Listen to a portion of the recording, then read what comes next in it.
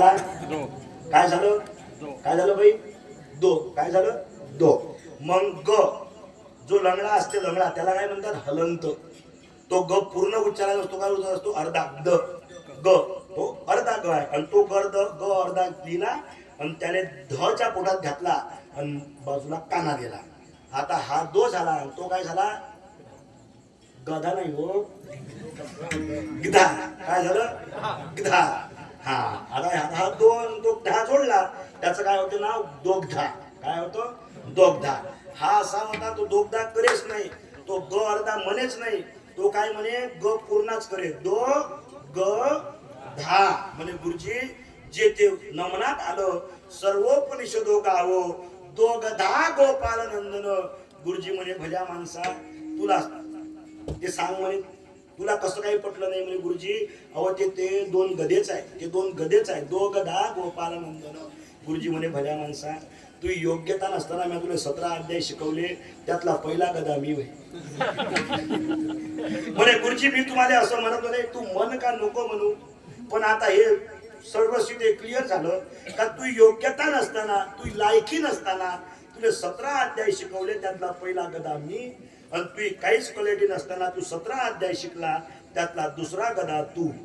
असे दोन गधे आपण त्यात. महाराज जगाच्या पाठीवरती तुम्हाला अशा लोकांची काही कमतरता दिसणार नाही. तुका म्हणे ऐशी बुद्धी ज्याची जड त्या उनी दगड बरे देवा. पण मला सांगायचं बघा का, नास्तिकाची ताकद जर आपण पाहिली, जो परमार्थ करत नाही, जो देव करत नाही, त्याला म्हणतात नास्तिक.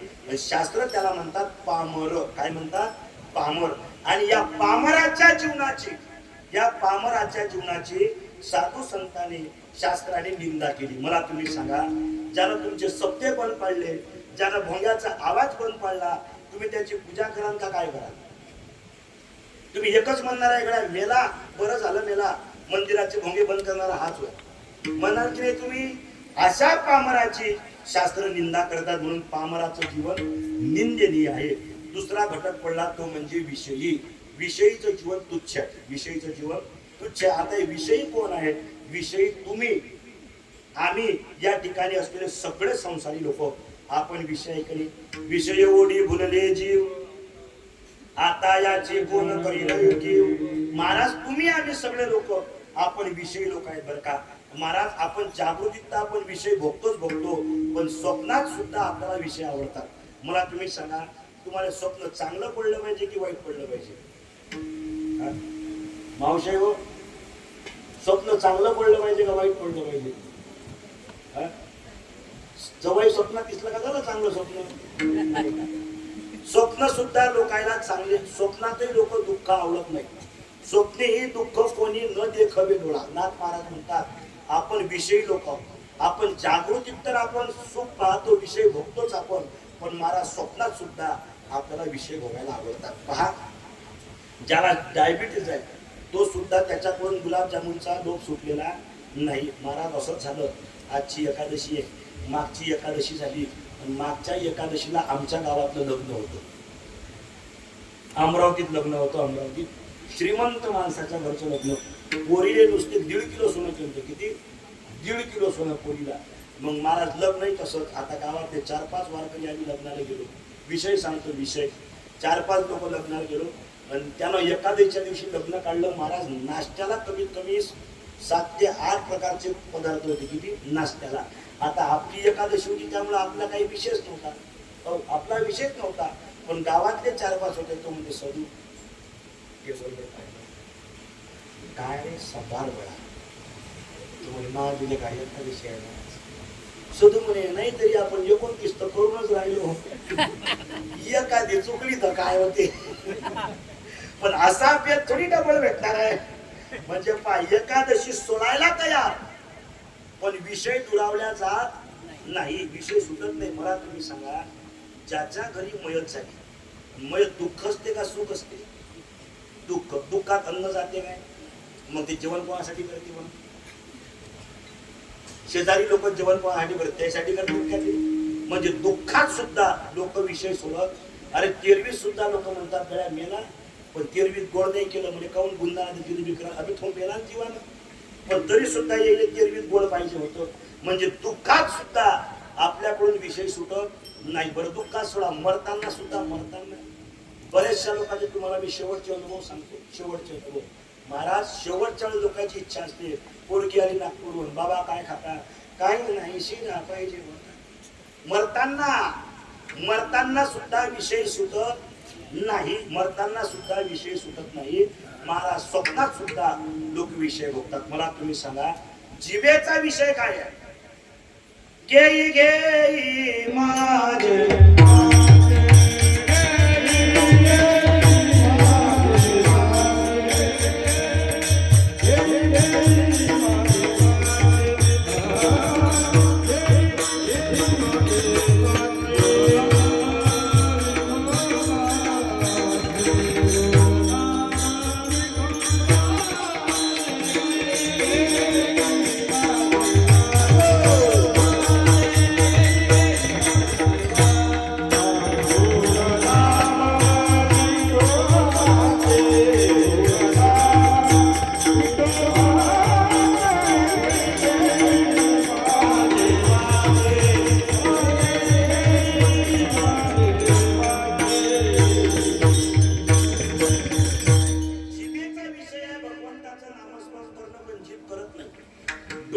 विषय आहे.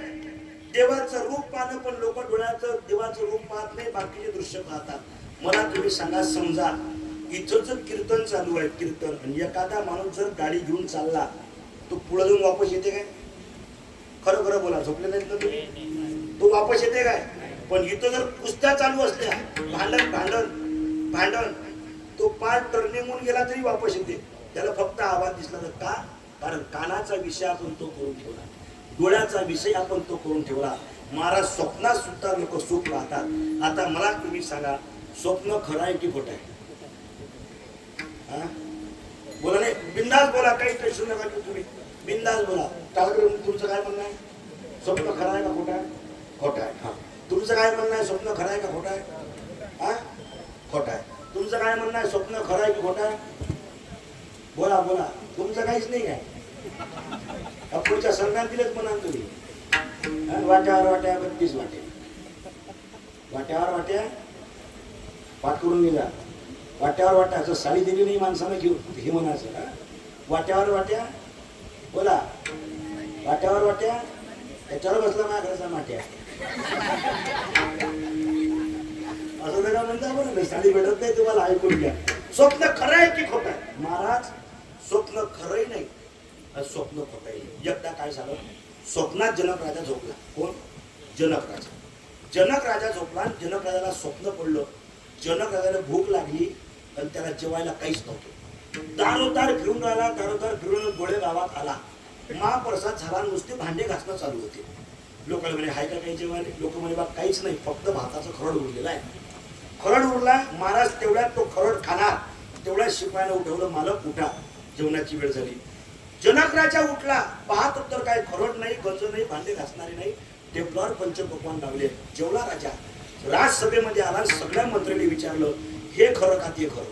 काही स्वप्न नाही सांगितलं, काहीच नाही, फक्त एवढंच विचारलं, हे खरं का ते खरं? ते म्हणे, महाराज काय सांगावं, हे खरं का ते खरं? मोठ्या मोठ्या साधूने विचारलं, हे खरं की ते खरं? काही सांगता. शेवटी तो अष्टावक्र आले आणि विचारलं, महाराज हे खरं का ते खरं? अष्टावक्र म्हणे, राजा हे नाही खरं, तेही नाही खरं. महाराज, जगात जर आपण पाहिलं, स्वप्न खरं म्हणता येत नाही आणि स्वप्न खोटंही म्हणता येत नाही. तुम्ही म्हणाल कसं का? पा स्वप्नीचे राज्य की मरण, नवे शोकाशी कारण. स्वप्नात एखादा जर राजा झाला, स्वप्नात जर एखादा राजा झाला, त्याला काही आनंद करायचं काही काम नाही.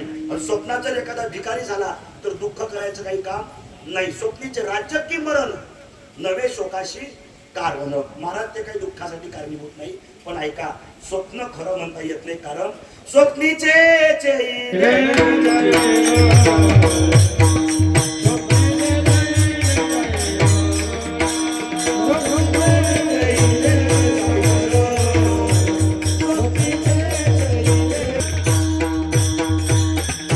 ज्ञानदेव म्हणे, पाहता पाहिले स्वप्नीचे चेईले जाईल लया. पहा, स्वप्नाचे दिसलं. स्वप्नात एका माणसाला दिसलं की त्याच्या मागं वाघ लागला.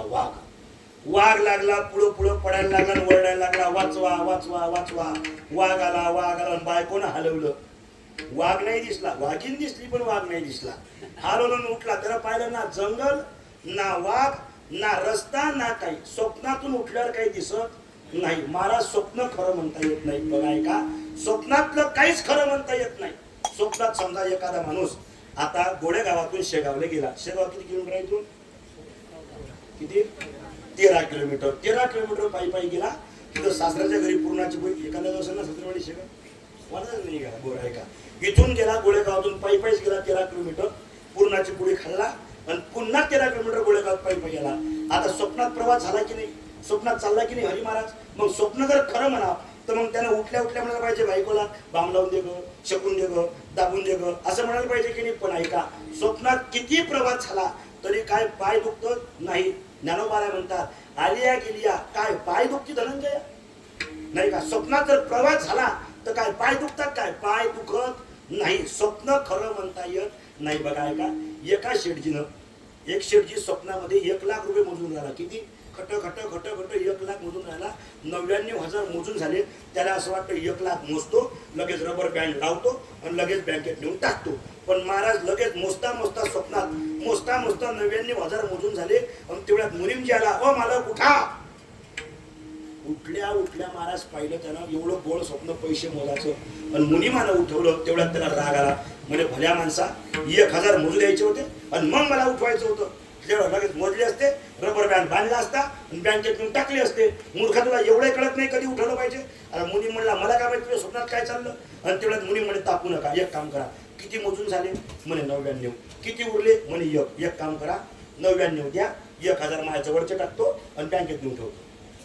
आता पैसेही नाही, 99ही नाही आणि तो रबरही नाही आणि टाकायची बँकही नाही. महाराज स्वप्नात दिसलं पण ते खरं म्हणता येत नाही. बघा ऐका, विचार जर आपण पाहिला.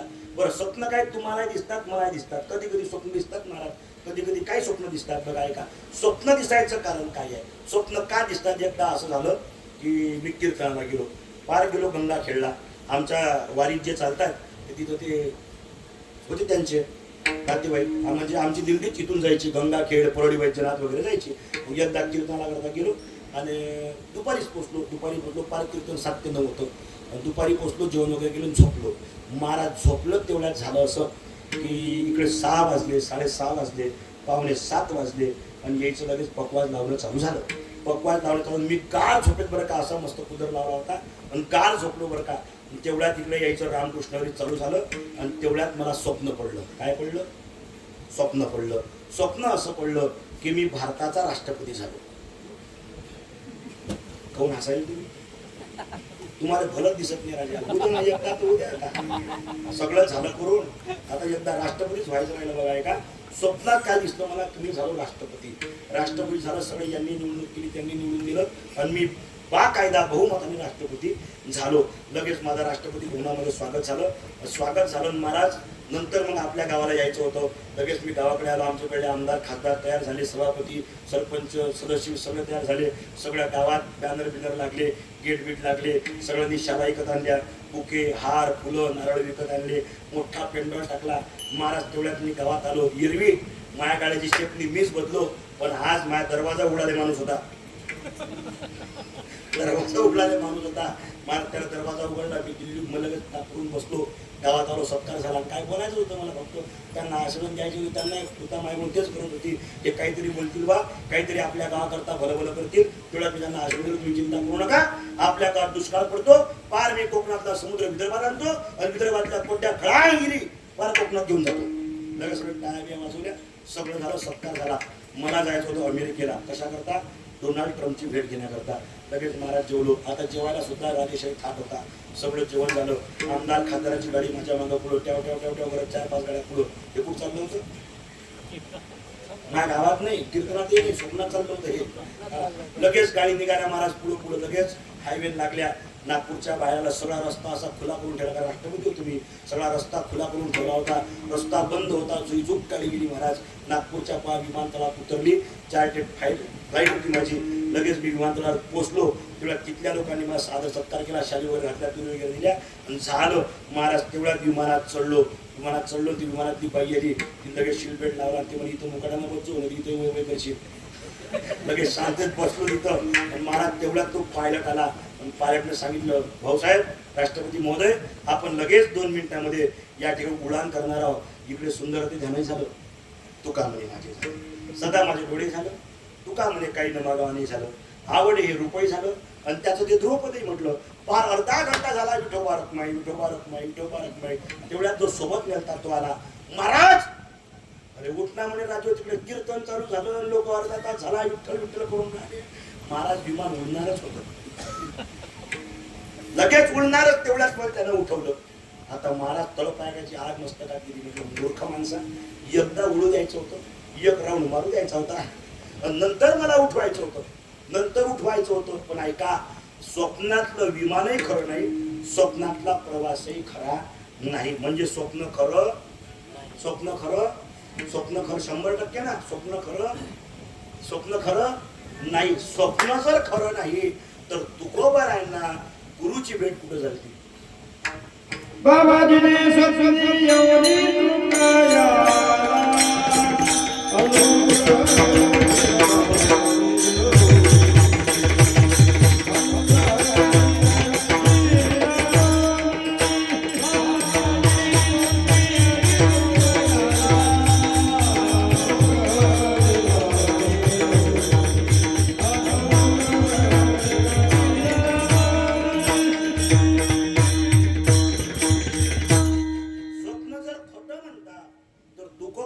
जो अनुग्रह केला तो कुठं गेला?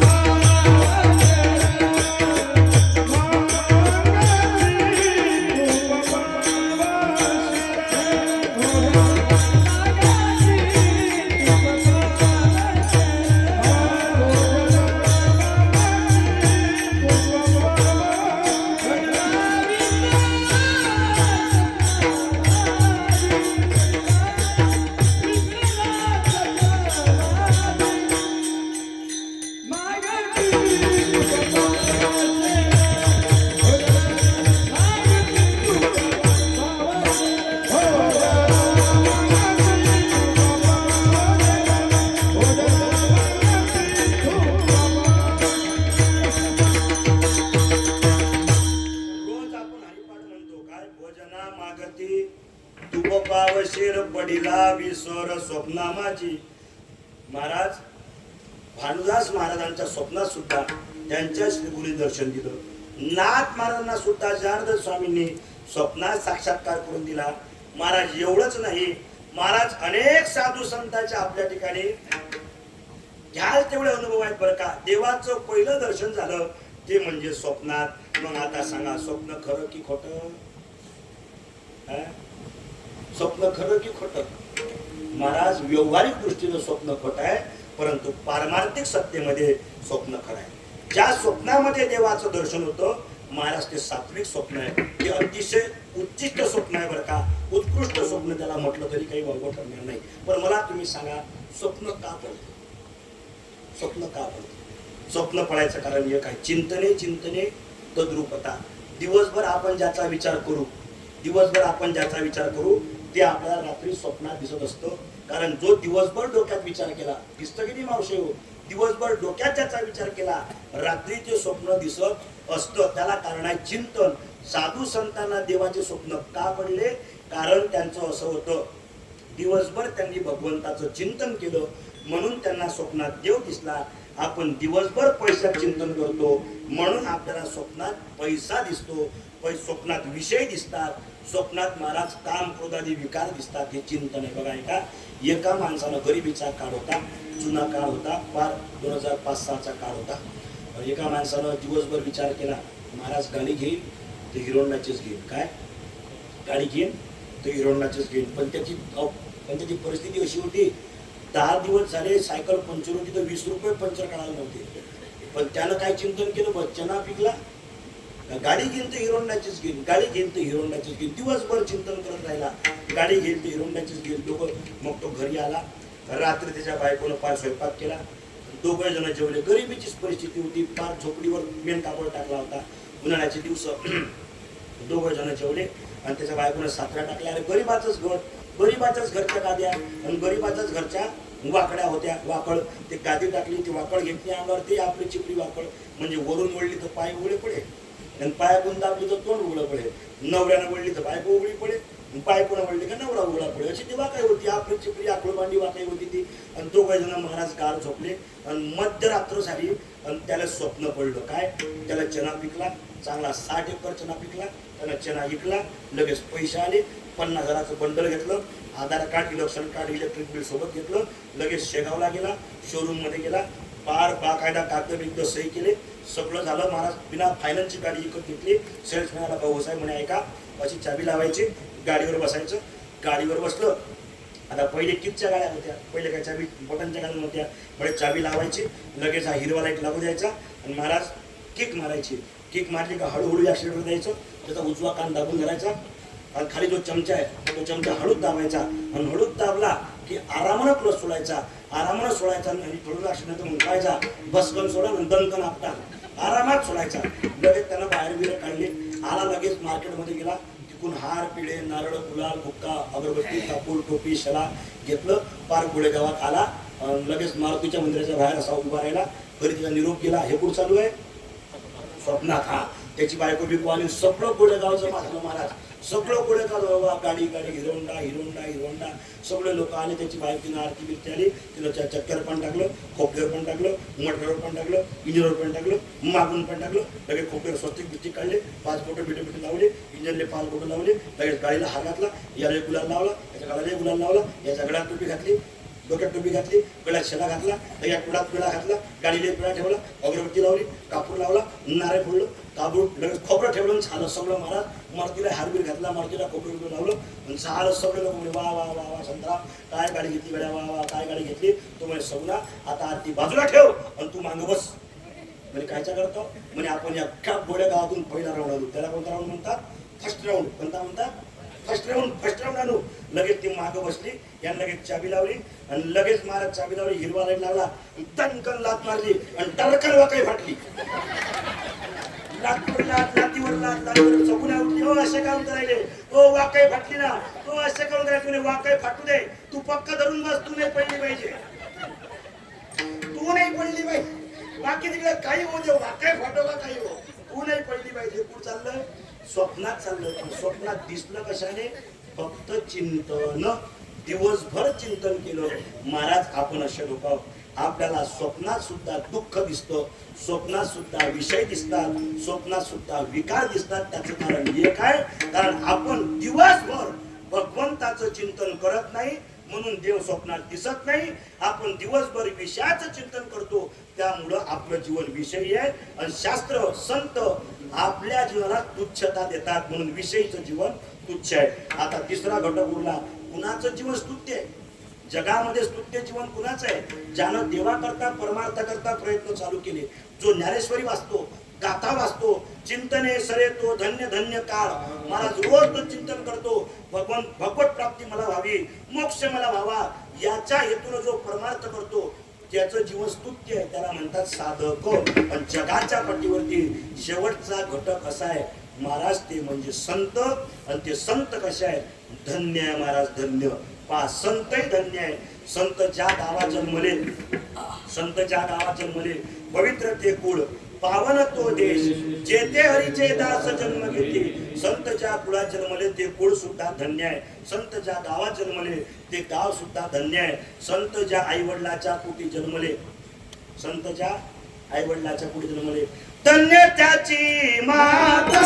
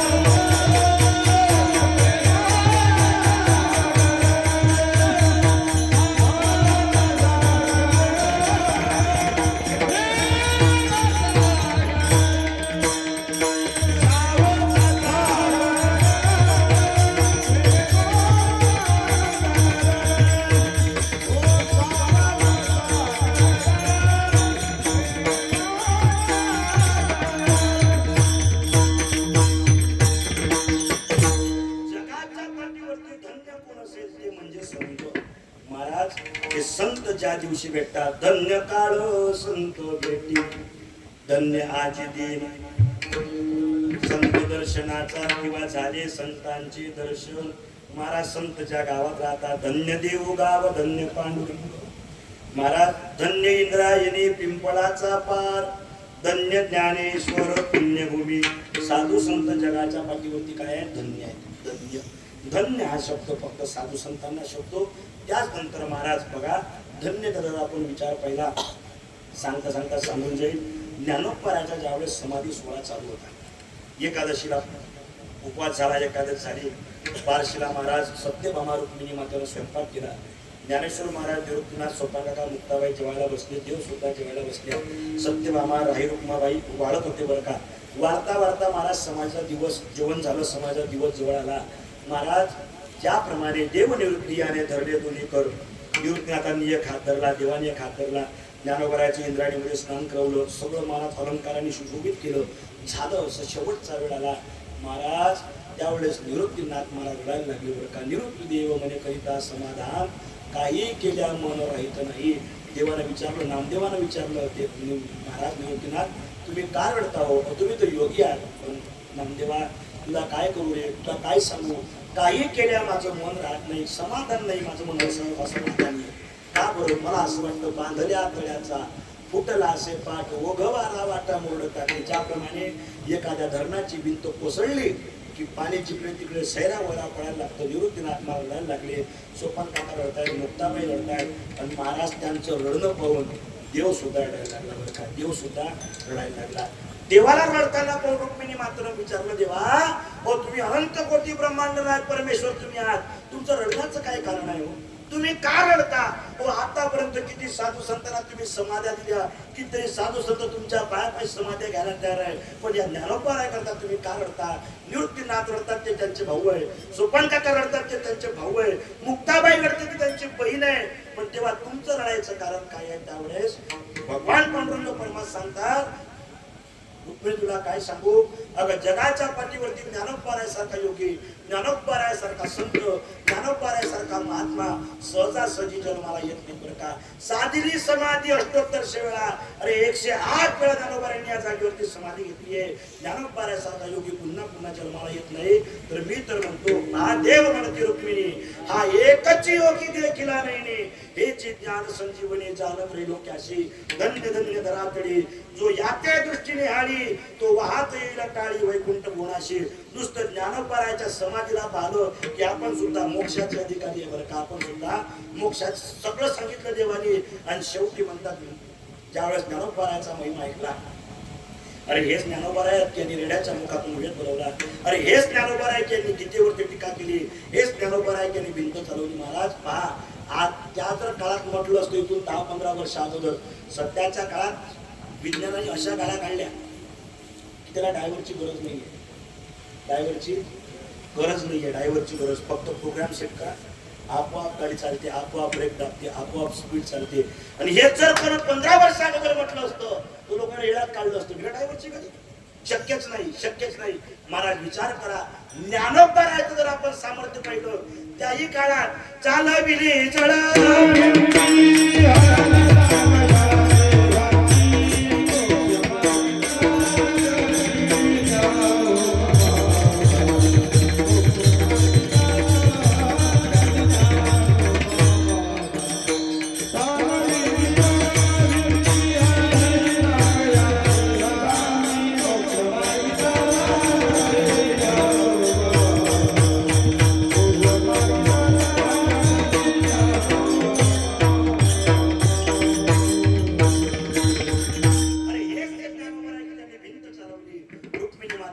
ज्ञानोपरायाचा महिमा कळाला बरं का. तेव्हा रुक्मिणी माता म्हणते, ऐसाय सांगता हरीशी प्रेम ओसंडले रुक्मिणीशी, मने धन्य धन्य जयाचे कुशी, ज्ञानदेव जन्मले. अरे ते आई वडील किती धन्य असेल, किती ते आई वडील धन्य असेल की ज्यांच्या पोटी ज्ञानोपरायासारखा जन्म झाला, ज्ञानोपरायासारख्या संतांचा जन्म झाला बरं का. जगाच्या पाठीवरती धन्य कोण असेल ते म्हणजे संत. धन्य आनंदाची सापडली. महाराज ज्या दिवशी संत भेटतात तो दिवस धन्य आहे बरं का. महाराज जगाच्या पाठीवरती आपण पाहिलं तरी माणसं वेगळे आणि संत वेगळे. तुम्ही आम्ही माणसं तर लय आहे, माणसं लय आहे जगामध्ये, पण संतांची कमी आहे बरं का. जगाच्या पाठीवरती जर आपण पाहिलं, संत होणं सोपं आहे का? संत होणं सोपं आहे? अजिबात नाही. एकाच खाणीतून दगड निघाले, एक दगड पायरीला गेला आणि एक दगडाची मूर्ती बनली.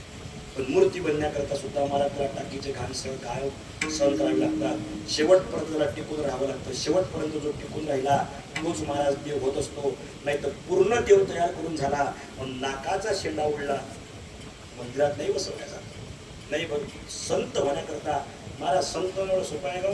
ज्या मंबाजी बुवानं मारलं त्याला कीर्तनात उभा करावं लागते, त्याला कीर्तनात उभा करावं लागते. याला संतांची ताकद म्हणतात. ज्या विसोबा क्षेत्राने ज्या जगाने त्रास दिला त्या जगाकरता पसायदान मागावं लागतं, त्या जगाकरता पसायदान मागावं लागतं. या हे संतांचं हृदय बरं का. अरे ज्या लोकांनी त्रास दिला आनंदीत राहू दिलं नाही, जोडीत पीठ सुद्धा पडू दिलं, त्यांच्याकरता म्हणावं लागलं. एक त्यांच्याकरता म्हणावं लागलं, महाराज अवघाची संसार सुखाचा करीन आनंदी बनीला दिली. ज्या लोकांनी त्रास दिला त्याच्याकरता संत होणं स्वप्ने. महाराज बघाय का, एकदा असं झालं, जुना काळ होता. बाल महाराज जिकडे तिकडे सगळे पाटलांचे सगळे वाडे होते, गावामध्ये त्यांचा अधिकार होता, प्रत्येक जण त्यांच्या म्हटल्याने ऐकत होतं. आणि तेवढ्याच झालं असं की गावात विधेही संपन्न अवटी आम्हाला एक दिवस गावामध्ये भाविभोर अवस्थेमध्ये आपल्याच आनंदामध्ये आनंदे निर्भर डुलत असो या उक्तीप्रमाणे आपल्या आनंदामध्ये गावभर फिरत होता. अंगावरती कपडा नाही, नग्न ज्याचा वेश होता, अजान बाहुल्याचे हात होते, दिगांबर ज्याचा वेश होता, असा गावात फिरत होता. आणि तेवढ्यात काही लोकांनी पाहिलं, महाराज पाहिलं, रे काय म्हणे हा गळ्या वेळा, काय हा मुलगा म्हणे असाच गावात फिरतो, पुरीवाडी असतात, बाया असतात, लेकरं असतात, काय हे बरं वाटतं का रे म्हणे. पुन्हा पुन्हा आपल्या परिसरात येतो, हा आपल्या परिसरात आला पाहिजे नाही.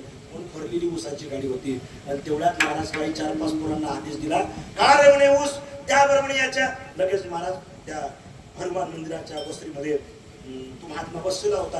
आणि महात्मा बसला असताना तेवढ्या तरुणांनी महाराज ऊस काढले. मग काय ऊसात ज्यूस पाजला असेल काय? अजिबात नाही. जनार्दन महाराज वरून पाठीवरती ऊस मारायला लागले. सगळे पाठ लाल झाली बरं का. ऊस मारून थकले. आणि शेवटी तो महात्मा म्हणला, बाळांनो थकली असाल म्हणे, बसा खाली. तेच ऊस घेतले, मारून गरम आले होते. काय शक्ती होती महाराज, खाण्याच्या पलीकडची सुद्धा शक्ती. दोन्ही हातात ऊस धरले, दोन्ही हातानं पिरगाडले. म्हणे घ्या थंडगार ऊसाचा रस प्या. महाराज ते साधू होते, ते ऋषी गजानन महाराज, मला तुम्ही सांगा, ऊसानं ज्यांनी मारलं त्यांच्यावरच कृपा केली. एवढं हृदय विशाल कोणाचं असू शकते? फक्त संतांचं. यवन अंगावरी थुंकला, प्रसाद देऊनी मुक्त केला. तुमच्या अंगावर चुकून थुकू द्या बरं कोणी, चुकून थुकू द्या. महाभारतच तुम्हाला उद्या मारू द्या बरं कोणी, चौकात फक्त मारू द्या, चुकीनच गमती मारू द्या, सारं गावात पेटून जाईल, सगळं गाव पेटून जाईल. पण महाराज संत होणं जगाच्या पाठीवरती सोपं नाहीये. महाराज संत होण्याकरता परमार्थ करावा लागतो. झालं असं, तुकाराम महाराज परमार्थाला लागले. तुकाराम महाराजांच्या जीवनामध्ये काही आघात घडले. सगळ्यात पहिला आघात भाऊ गेला, दुसरा आघात वडील गेले, तिसरा आघात आई गेली, चौथा आघात लेकरू गेलं, पाचवा आघात पत्नी गेली. मला तुम्ही सांगा, पारमार्थिक मनुष्याच्या जीवनात जर दुःख आलं, पारमार्थिक मनुष्याच्या जीवनातलं दुःख आणि संसारी मनुष्याच्या जीवनातलं दुःख, पारमार्थिक मनुष्याच्या जीवनात दुःख आलं तर तो आधार कोणाचा घेईल माहिती आहे? तो कोणाचा आधार घेईल? ज्ञानेश्वरीचा, गाथ्याचा, भजनाचा, कीर्तनाचा आणि सत्संगाचा. आणि संसारी माणसाच्या जीवनात जर दुःख आलं तो आधार कोणाचा घेईल? बोला कोणाचा आधार घेईल? तो देशी संत्रा सो आरबी अजून कोणती येते मी पेत नसतो ना, मला माहित नाही. तो याचा आधार घेईल. तो दिवसभर पिक्चर पहिला झालाच. एखाद्या पोराला जर गम झाला तो गमचे गाणे ऐकतो, अच्छा शिला दिया तुने मेरे क्या करेगा, याच्यामुळे तो काही नाही म्हणतात. पण महाराज पारमार्थिक मनुष्य जो सारा घेईल तो घेईल फक्त परमार्थाचा. तुकोबाराच्या जीवनामध्ये एवढे आघात आले, दुष्काळे आटिले, द्रव्य नेला मान, स्त्री एक अन्न करता मेली. महाराज सगळं जीवनामध्ये दुःख आलं.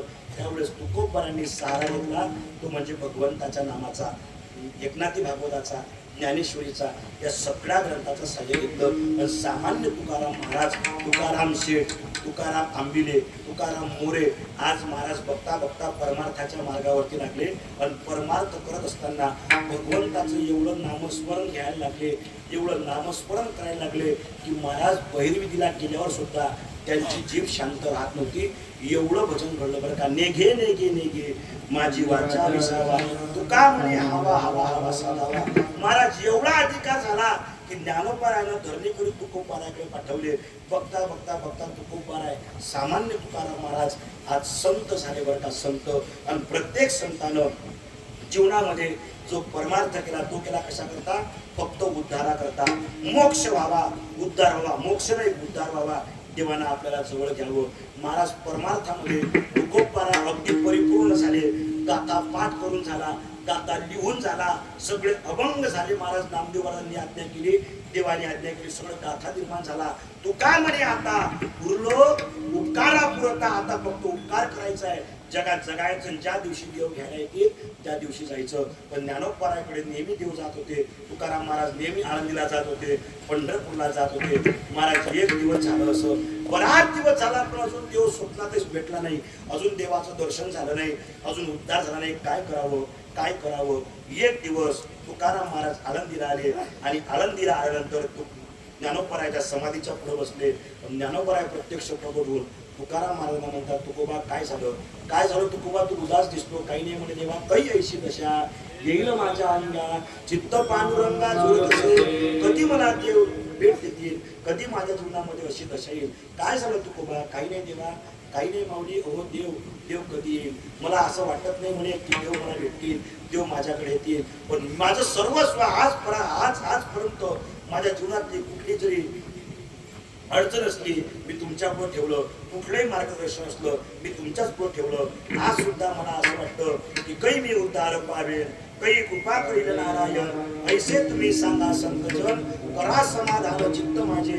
तुम्ही मला सांगा देव मला कधी भेटतील, देव मला कधी भेटतील. पण ऐका, कुणाला गोळ म्हटल्याशिवाय, कुणाची स्तुती केल्याशिवाय कोणी आपल्याला देत नसते. साधं वर्गणी मागायला गेलं, वर्गणी मागायला एकदम वर्गणी मागत नका जाऊ. पहिले त्याच्या घरापुढे गेलं, ती तुम्हाला पाहून तर पहिले ते पांढरे डोळे करते. वर्गणी वाल्याला पहिलेच पांढरे डोळे करते. कडे कायले झाले, कायलेच काढले, सप्ताह या झाला का तो झाला का तो, कायले झाले. पण आपण धीर ठेवलं पाहिजे. लगेच घरात गेलं पाहिजे, त्याच्या तात्या लगेच दारात बसला, हा या ना. लगेच 4-5 आपाबाजू गोष्टी करायला लागते. राजा हे झाड पाहिलं, हे आंब्यात झाड एवढं होतं का त्यांना आणलं तेव्हा. आता पाय किती मोठं आंब्यात झाड.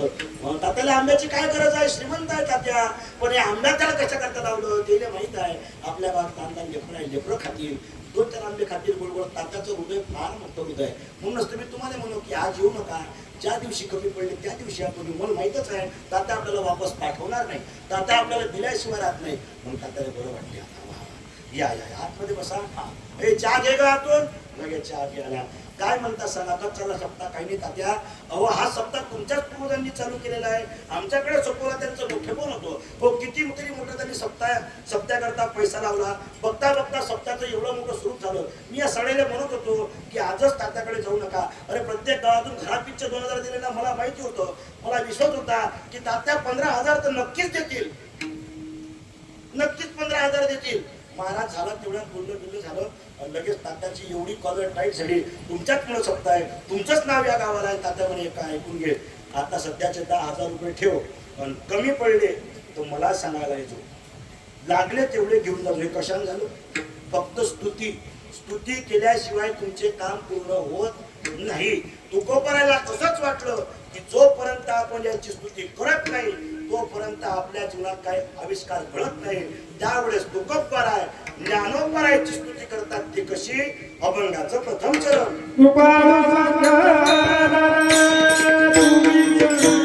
तुम्ही संतजन एवढे कृपादान तुमचे मज. तुम्ही कशा आहात माऊली? तुम्ही कृपाळू आहात. कृपाळू कृपाळू कृपाळू सज्जन. सज्जन या जगामध्ये कोण आहे? संतच आहे. तुम्ही संतजन एवढे कृपादान तुमचे मज. एवढी माझ्यावरती कृपा करा. काय कृपा करायची? त्यावेळेस तुकोबाराय म्हणतात, आठवण तुम्ही द्यावी पांडुरंगा, किंवा माझी सांगा का पुढती. देवाला सांगा की अनंत जन्मापासून हे देवा मी तुमची आराधना करतो, तुमचं व्रत करतो, तुमचं नामस्मरण करतो, तुमचा परमार्थ करतो, एकदा तरी मला भेट द्या. महाराज साधू संतांकडे एवढं सामर्थ्य असतं. ज्ञानोबाराय म्हटलं, तुकोबा एक काम करा, तुम्ही हे मला सांगू नका, तुम्ही सरळपणे देवापाशी चला. मग महाराज ज्ञानोबाराय आहेत ते, त्यांना काय नवे हा सामान्य महिमा संतांचा. त्यांच्या काही महाराज जयाचे द्वारी सोन्याचा पिंपळ अंकी ऐसे पण करील ते काय नवे. महाराज ज्या ज्ञानोबारांनी स्वर्गातले पितर खाली बनवले, त्यांना स्वर्गात जाणं काही कठीण आहे.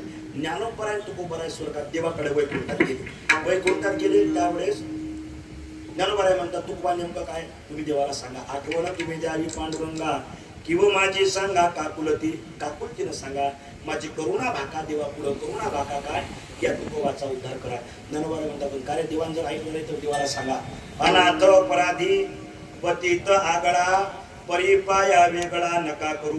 तुकोबाराय अनाथ होते काय महाराज. अहो ज्यांनी सगळं जग आपल्या पदरात घेतलं ते तुकोबाराय म्हणतात अनाथ अपराधी. त्यावेळेस मी तव अनाथ अपराधी कर्महीन मतिमंद बुद्धी तुझ म्या आठविले नाही कधी. वाचे कृपा नदी माय बाबा नाही ऐकले नाही. महाराज साधू संतांचं हे मोठेपण आहे. साधू संत अनाथ नसून स्वतःला अनाथ म्हणून घेतात. मतिमंद आपण मतिमंद आहोत पण आपण मान्य करायला तयार नाही.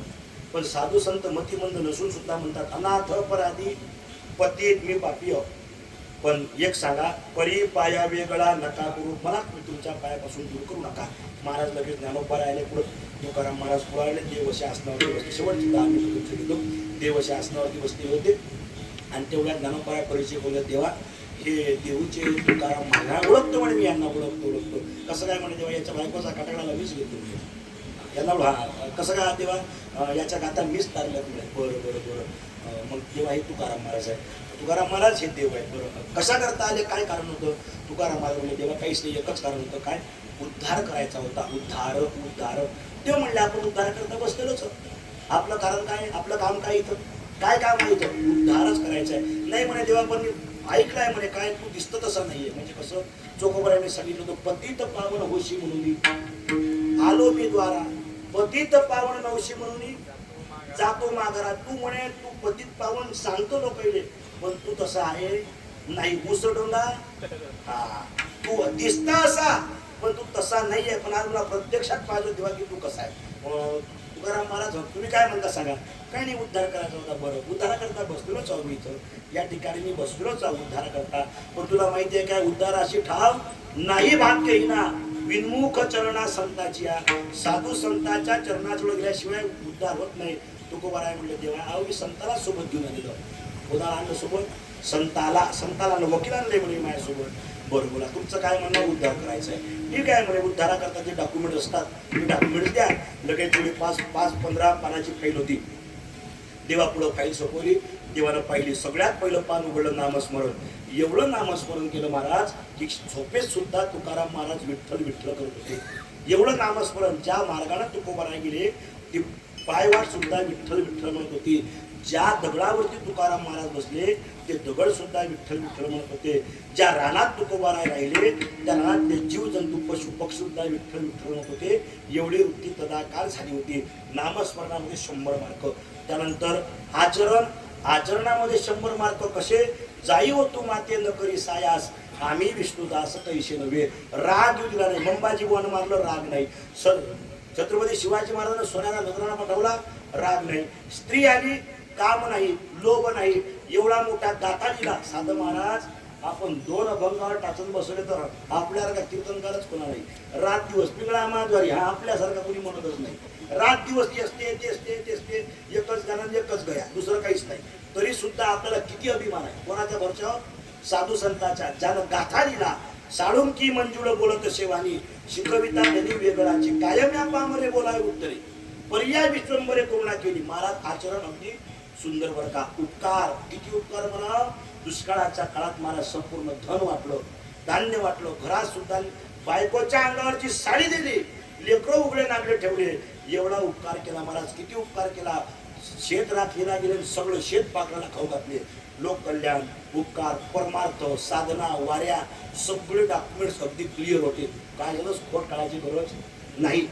सगळं महाराज सगळं क्लिअर होतं. संतांची सेवा साधूची सेवा आई वडिलाची सेवा सगळं क्लिअर होतं. पण महाराज देव अति कौतुकी.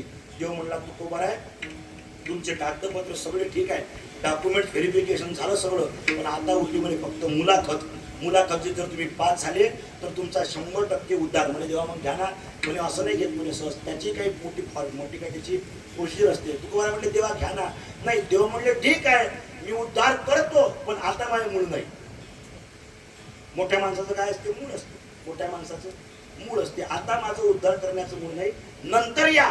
तुकोबाराय म्हणले देवा तुमच्याकडे वेळ असेल, माझ्याकडे वेळ नाही. कारण घडी घडी काळ वाटयाची पाहे, अजूनही किती आहे अवकाश. माझ्याकडे वेळ नाही देवा, तुमच्याकडे वेळ आहे, माझ्याकडे वेळ नाही. ओ संत भेटत नाही, आज मला भेटले, पुन्हा भेटतील न भेटतील माझं भाग्य म्हणा. आज संत भेटले, आज सांगा. देव महाराज तरी सुद्धा मागं पुढं करत होते. त्यावेळेस तुकाराम महाराज म्हणतात देवा तुमच्या पुढे 2 मुद्दे ठेवतो आणि लगेच तुम्हाला काय करायचं करा, मी संपवतो. पहिला मुद्दा ठेवला, देवा मला तुम्ही सांगा, तुम्ही परीस पाहिला का? परीस. देव म्हणलं हो परीस पाहिला. त्या परिसाचं काय सामर्थ्य आहे? देवा बस म्हणे परीचं सामर्थ्य असं आहे, लोखंडाला लावलं की लोखंडाचं सोनं करतं. मग देवा पण मला तुम्ही सांगा, त्या परिसाला लोखंड कसं पाहिजे? कसं म्हणजे नवीन पाहिजे का जुनं पाहिजे? ISI पाहिजे की नॉन ISI पाहिजे? कंपनीतलं पाहिजे का घरातलं पाहिजे? दारातलं पाहिजे? कुठचं सांगा. देव म्हणे कसंही चालते. म्हणे जुनं पुराणं कसंही चालते, जनाटलं कसंही चालते, पार कुजलेलं कसंही चालतं, तरी त्याचं सोनं होतं. देवा हा माझा पॉईंट नोट करून घ्या. तुकोबारांनी प्रमाण दिलं, आपुल्या महिमाने धातू परिशे केले सोने, तैसे न मानी माझे आता गुण दोष पंढरीनाथा. देवा ज्याप्रमाणे तो परीस लोखंडाला पाहत नाही की तो जुना आहे की नवीन आहे, भंगार आहे की कुजलेला आहे, त्याचं सोनच करतो. देवा तुम्ही आमच्या करता परीस आहात, आम्ही जनाटलेले लोखंड. देवा तुम्ही आमचं सोनं करा, उद्धार करा. सगळ्यांनी टाळ्या वाजवल्या, वा वा वा वा वा. देव म्हणले नाही तुमचं सगळं बरोबर आहे, मला माहित आहे, तुम्ही लय चांगले बोलता, बोलण्यात काय मला फसू नका. ते उद्धाराचं म्हणतो. म्हणे देवा एक पॉईंट गेला, दुसरा पॉईंट आहे, शेवटचाच पॉईंट आहे. म्हणे सांगा बोला पटकन काय म्हणतात. महाराज झालं तेवढ्यात. तुकोबाराय म्हणतात देवा मला तुम्ही सांगा, गंगा नदीचा उगम कुठून झाला? देव म्हणे आपल्याच पायापासून, तुझ्या चरणीच्या गंगा, आपल्याच पायापासून गंगेचा उगम झाला. मला देवा तुम्ही सांगा की गंगामध्ये अशी वाहत निघाली, हिमालयातून ऋषिकेश, हरिद्वार, काशी, प्रयागराज अशी वाहत चालली. मग देवा ती गंगा वाहत असताना तिच्यात अनेक नद्या आल्या, अनेक झरणे आले. पण देवा त्याच नदीमध्ये नाले आले, गटाराचं पाणी आलं, कारखान्यातलं सांडपाणी आलं, गावातलं घाणीचं पाणी गेलं. त्या गंगेनं असं म्हटलं काय देवा त्याले, ए नाल्या तू येऊ नको, तू घाण आहेस का? अरे मी गंगा आहे, मी पवित्र आहे. नाही म्हणे तुकोबा, असं म्हटलं नाही. महाराज त्या गंगेचा मोठेपणा आहे की त्या गंगेनं सुद्धा नाल्याच्या पाण्याची पूजा करून घेतली. गंगेची तर पूजा झाली, पण त्या गंगेच्या पाण्याबरोबर नाल्याची पूजा झाली. म्हणजे देवा हा दुसरा पॉईंट नोट करून द्या. महाराज गावा मागील ओहळ, गंगा नमने अमंगळ, तैसे नमानी माझे आता गुण दोष पंढरीनाथा. देवा ज्याप्रमाणे ती गंगा नराला नाही म्हणत नाही, त्याचा उद्धार करते, त्याप्रमाणे देवा तुम्ही गंगा आणि आम्ही सांडपाण्यातून आल्यावर आमचा उद्धार करा. तुकोबारायांनी 2 बुद्धिभेद त्या ठिकाणी ठेवले. देव म्हणतात ठीक आहे, विचार करू. लंच ब्रेक झाला, मधात बाहेर निघाले बरं का. आणि बाहेर निघाल्याबरोबर तुकाराम महाराज नाराज दिसले. ज्ञानोबारांनी हात ठेवला पाठीवरती. तुकोबा काय झालं? अरे मी असताना तुला चिंता, मी असणारे चिंतकाचा चिंता म्हणजे ज्ञानोबा माझा. तुकोबाराय म्हणतात देवा अहो तुम्ही असताना मला चिंताच नाही ना हो, तुम्ही असताना मला चिंताच नाही, कारण तुम्ही चिंतकाची चिंतामणी आहे. पण देवा कसं होईल ज्ञानोबाराय, माझा उद्धार कसा होईल? त्यावेळेस ज्ञानोबाराय म्हणतात तुकोबा आता कसं करायचं? देवाने तर नाही म्हटलं, देवाने नाही म्हटलं. त्यावेळेस तुकोबाराय म्हणतात ज्ञानोबाराय माझ्याकडे अजून एक शेवटचा आता शेवटचं ठोस पुरावा उरलाय बरं का. तो पुरावा मला माहिती आहे की तो पुरावा खाली जाणार नाही. तो ठोस पुरावा माझ्याकडे आहे. ज्ञानोबाराय म्हणतात तो ठोस पुरावा काय आहे? तुकोबाराय म्हणजे तो ठोस पुरावा म्हणजे तुम्ही आहात. तुम्ही म्हणजे मी कसा काय? कारण मी आजपर्यंत ऐकलंय. मला तुम्ही सांगा, गीता भगवान श्रीकृष्णांना कोणाला सांगायला पाहिजे होती? गीता कोणाला सांगायला राम महाराज? गीता भगवंताला सांगितली कोणाला? अर्जुनाला. पण सांगायला कोणाला पाहिजे? ज्या बापानं एवढ्यापणातून नेला त्या बापाला तरी, ज्या आईनं याच्याकरता 6 मुलं मारून घेतले त्या आईला तरी, ज्या भावानं याचे सगळे संकट आपल्या अंगावर घेतले त्या भावाला तरी अजिबात नाही. जे न सांगे पित या वसुदेवाशी, जे न सांगे माता देवकीशी, जे न सांगे बंधू बळीभद्राशी, ते गुह्य अर्जुनाशी बोलत. अर्जुना करता देव बायको झाला. माझ्याकडे पुरावे आहे का? कारण की देव प्रबल प्रेम के पाले पडकर प्रभु को नियम बदलते देखा, अपना मान अटले तल जाए पर भक्त का मान नटलते देखा, भीष्म पण केला खरा धनुर्धरा रक्षिले. देवानं स्वतःचा शब्द मातीत घातला पण संताचा शब्द खाली पडू दिला नाही. माऊली मला माहिती आहे आता माझ्याकरता शेवटचा पुरावा एकच चुकला, तो म्हणजे तुम्ही. ज्ञानोबाराय म्हणले ते कसं काय? ज्ञानोबाराय आता इथं पाहिजे फक्त वशिला. काही काही गोष्टी वशिल्यानं होत असते. कसं? ज्याचा आहे वशिला त्याचं पुत्र काशीला, ज्याचा नाही वशिला त्याचा बाप फाशीला, नाही का? म्हणे तेव्हा आता एकच उरलो ते म्हणजे वशिला, आणि तो वशिला आहे तो म्हणजे तुम्ही अभंगाचं शेवटचं चरण. तुका म्हणे तुम्ही